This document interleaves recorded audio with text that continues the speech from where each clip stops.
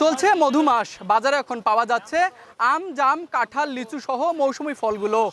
রংপুরে মৌসুমী ফলের কেমন বিক্রি হচ্ছে চলুন জেনে নেওয়া যাক ক্রেতা এবং বিক্রেতাদের কাছ থেকে। এখন আম, জাম, কাঁঠাল, লেচু, লটকো সবই দেখছি, স্বাদও আছে জানি, সুন্দর, তো ভালো লাগলো আর কি। নতুন জাম নিলাম 280 টাকা কেজি। পেয়ারা বিক্রি করতেছি, লটকো বিক্রি করতেছি, কাঁঠাল বিক্রি করতেছি, লেচু বিক্রি করতেছি। দাম এখন মোটামুটি ভালো, আওতার মধ্যে, এবং কাস্টমার খাচ্ছে ঠিক মতো। দামের তুলনায় গত বছর থেকে একটু কম, টুকটাক ভালোই খাচ্ছে ইনশাল্লাহ। আমি বিক্রি করতেছি, লেচু বিক্রি করতেছি, তারপরে আনারস বিক্রি করতেছি, আম বিক্রি করতেছি, জাম বিক্রি করতেছি। সব কিছু নাগালের মধ্যেই আছে মানুষের, কোনো কিছুর দাম ওরকম একটা না। লেচু বেচতেছি 350 400, লেচু আর আনারস বেচতেছি 70 টাকা কেজি, আম বেচতেছি 400 টাকা ধারা। সবাই খাইতে পারবে, কেউ বঞ্চিত হবে না, গরিব দুঃখী সবাই খাবে।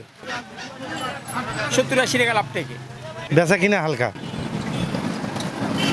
দাম এখন কম আছে। আগে ছিল 500, এখন 400, 350, 300 বেচাই।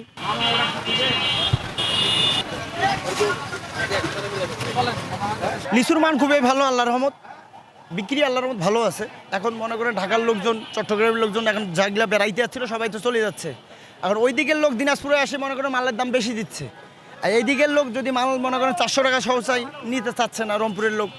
এখন মনে করেন রংপুরে তো অসহায় লোক বেশি, কর্মজীবী লোক কম, আর যেগুলা কর্মজীবী লোক সব তো ঢাকায় থাকে। যেগুলা ঢাকার পার্টি টাটি আসছিল সব তো নিয়ে গেছে।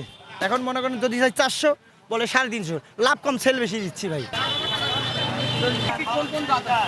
দাম তো একটু বেশি, এটা 600 হওয়া উচিত, 550 হওয়া উচিত, তো এটা নিল 650।